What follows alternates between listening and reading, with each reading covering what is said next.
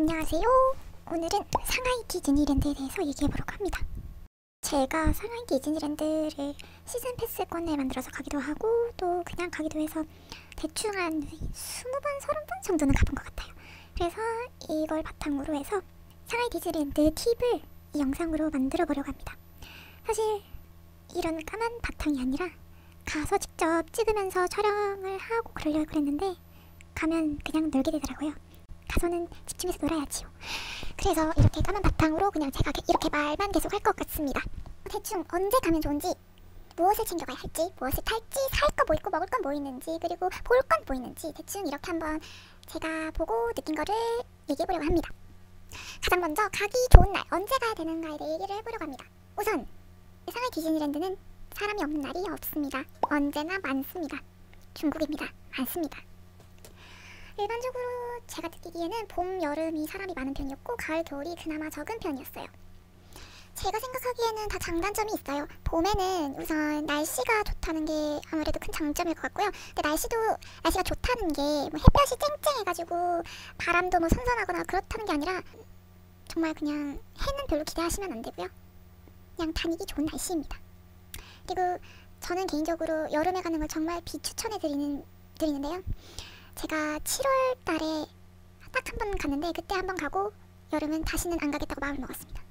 7월 초였어요. 7월 초였는데도 너무 더워서 다닐 수가 없었고, 그리고 정말 치명적이었던 것은 대부분 놀이기구 대기 동선이 야외에 있어요. 그래서 정말 2개 타고 돌아갔습니다. 너무 더워서 뭐 어떻게 할 바를 모르겠었어요. 습기가 장난이 아닙니다. 그리고 의외로 사람이 별로 없었다라고 하는 게 11월인 것 같아요. 뭐 솔직히 11월이면은 뭐 상하이 여행 갈 만한 일도 딱히 없고 당연한 것 같기도 하고, 어쨌든 11월에 사람이 없었다는 얘기를 많이 들은 것 같기도 하고 실제로 또 제가 갔을 때도 많이 없었고요. 겨울도 나쁘지 않아요. 겨울이 한국이 겨울보다는 따뜻하기 때문에 우리 한국인은 가서 놀 수 있습니다. 네, 그러면 이제 요일을 보도록 할게요. 월요일부터 일요일까지 사람이 없는 날은 없습니다. 그래도 그중에는 당연히 금요일과 토요일이 사람이 압도적으로 많습니다. 그러면 월요일부터 목요일까지, 그리고 일요일은 금요일, 토요일보다는 나은 편입니다. 그럼 평일 중에는 언제가 사람이 적냐고 하면 사실 거기서 거기입니다. 그냥 월요일부터 목요일까지 자기 일정 봐가면서 아무 때나 가시면 될 것 같아요. 저는 어떻게 보면은 일요일을 노리는 것도 나쁘진 않다고 봅니다. 토요일과 일요일은 조금 더 비쌉니다. 근데 토요일과 일요일이 조금 더 비싸면 사람들이 웬만하면 토요일 날 가려고 하죠. 왜냐면 일요일에 쉴 수 있으니까. 그래서 일요일이 사람이 조금 덜 많을 때가 있습니다. 네, 그렇습니다. 그리고 또 일요일에 또 괜찮은 점을 하나 꼽으라면 이건 비수기에만 해당될 수가 있어요. 일반적으로 비수기 때는 가끔 놀이기구 점검을 들어가는 경우가 있거든요. 근데 이거는 점검은 사람이 조금 적은 평일날 하는 경우가 많아요. 그리고 이 주말에는 이제 모든 놀이기구를 오픈하고 이렇게 하는 경우가 많거든요. 왜냐면 사람이 좀 더 많이 올 걸 예상을 하니까. 그리고 이 주말에는 오픈 시간이 다른 평일보다 더 길 때가 있어요. 그래서 어떻게 보면은 일요일이 제 값을 할 때가 있다. 그리고 상하이 디즈니랜드에 절대 가면은 안 되는 날이 있습니다. 바로 중국의 명절입니다.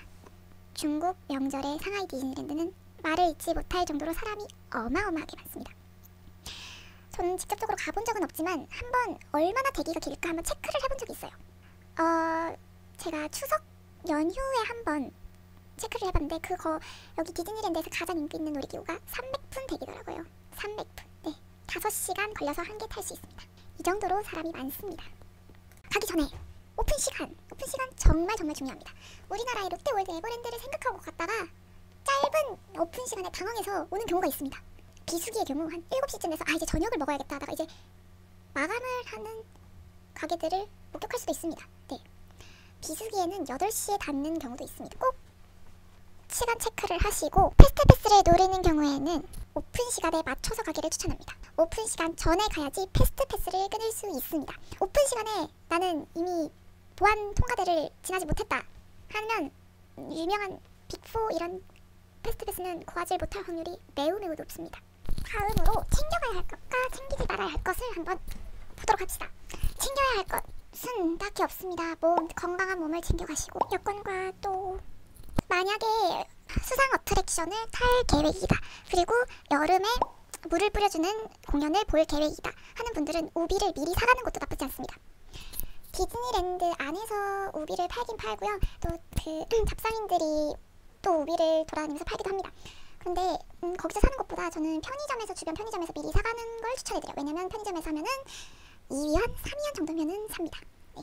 그리고 챙기지 말아야 할 것. 우선 디즈니랜드가 다 셀카봉을 금지하고 있지요. 만약에 셀카봉을 보안검색대에서 제재를 받지 않았더라도 셀카봉을 꺼내서 퍼레이드를 찍는다던가 그런 행위를 하면 제재를 받을 수 있습니다. 그리고 음식은 물을 제외하면 모두 압수당합니다. 들어가서 배고프면 안에 있는 걸 사 먹어야 합니다. 또 그나마 다행인 건 중국 안에서는 비자카드, 마스터카드가 사용이 거의 안 되는데 디즈니랜드에서는 사용이 가능합니다. 그래서 굳이 뭐 현금을 챙겨가야 된다던가 그럴 필요는 딱히 없을 것 같아요. 그냥 카드 결제로 하시면 될 것 같습니다. 그리고 상하이 디즈니랜드 어플은 꼭 받아가시길 바랍니다. 대기 시간이 얼마나 되고 GPS를 잡아서 본인이 어디 있고 또 공연 시간이 언제고 이렇게 하는 거를 바로바로 알 수 있기 때문에 어플은 꼭 받아가셔야 하고요. 자, 디즈니랜드에 들어갔습니다. 표를 받고 들어가자마자 제일 먼저 해야 될 것은 지도와 안내 책자를 챙기는 겁니다. 두 가지를 챙겨야 합니다. 상하이 디즈니랜드 전체가 나와 있는 지도랑 캐릭터들과 사진 찍기 그리고 공연 같은 게 나와 있는 시간표, 타임테이블 이렇게 두 가지가 비치되어 있습니다. 타임테이블의 경우는 중국어랑 영어가 동시에 써져 있고요. 그리고 지도는 중국어만 비치되어 있고 영어는 비치되어 있지 않은 경우가 있는데 영어가 없을 경우에는 직원에게 직접 말해서 영어판을 달라고 해서 받도록 합시다. 왜냐하면 이 타임테이블을 챙겨야 되는 이유는 일부는 어플에도 안 나와 있어요. 그래서 이 두 개를 잘 챙겨보고 이 동선을 잘 짜서 상하이 디즈니랜드를 즐기면 될 것 같습니다. 다음으로 디즈니랜드에서 꼭 타봐야 할 것들을 알아보도록 하겠습니다. 일반적으로 여기 디즈니랜드에서 가장 인기 있는 거 4개를 꼽으라면은 소어링 오버 더 호라이즌, 그리고 롤링 래피드, 트론, 그리고 일본남쟁이 광산열차 이렇게 4가지가 유명합니다. 일반적으로 사람들이 많다 싶으면 얘네들은 대기시간이 2시간은 기본으로 넘습니다. 상하이 디즈니랜드였으면 이왕 상하이 디즈니랜드에만 있는 걸 타고 싶은 분들도 있을 겁니다. 솔직히 말해서 여기 빅4에 들어가는 것 중에 상하이 디즈니랜드에만 있는 것은 트론밖에 없습니다. 사실 트론도 곧 있으면은 디즈니 월드에 생기기 때문에 이제 유일한 것도 아니겠지만 그래도 트론은 탈만한 가치가 있습니다. 지금 디즈니랜드에서 가장 빠른 놀이기구라고도 하고요. 시각적으로도 되게 볼 게 많아서 저는 개인적으로 무섭다기보다는 재밌다는 느낌이 더 많이 들었던 그런 롤러코스터였던 것 같아요. 그리고 소어링 오버 더 호라이즌이 상하이 디즈니랜드에서는 가장 긴 줄을 가지고 있습니다. 다른 디즈니랜드에도 있긴 있고요. 이거는 약간 IMAX랑 4DX를 섞어놓은 느낌의 놀이기구라고 보면 될 것 같습니다. 만약에 이거를 입장하자마자 봤는데 2시간이다. 2시간이다. 이거 좀 줄어들면은 나중에 타야지가 안 됩니다. 이거는 그때 타야 합니다. 이거는 대기시간이 늘어나면 늘어나지 줄어들 일은 없습니다. 거의. 그래서 저는 이거를 패스트패스로 빨리 가서 끊거나 아니면 개장하자마자 타는 걸 추천해드립니다. 이거를 3시간 넘게 기다리고 타기에는 저는 조금 시간이 아깝다고 봅니다. 다음으로 롤링 래피드입니다. 롤링 래피드는 겨울의 경우 운행을 중단하는 경우가 있어요. 왜냐면 이거는 수상 라이드거든요. 이거는 에버랜드의 아마존 익스프레스랑 비슷한데 그것보다는 좀 더 빠르고 물이 정말 많이 튑니다. 그래서 우비를 거의 다 입고 탑니다. 여기서 팁을 하나 드리자면 타는 입구 쪽에 타면 물이 제일 많이 튑니다. 안쪽으로 앉아야지 물이 덜 튑니다. 그리고 일본난쟁이 광산 싱글라이더를 제공하고 있습니다. 싱글라이더의 경우는 어플에 몇 시간 얼마 기다려야 되는지 나와있지 않아요. 이거는 가서 확인해야 합니다.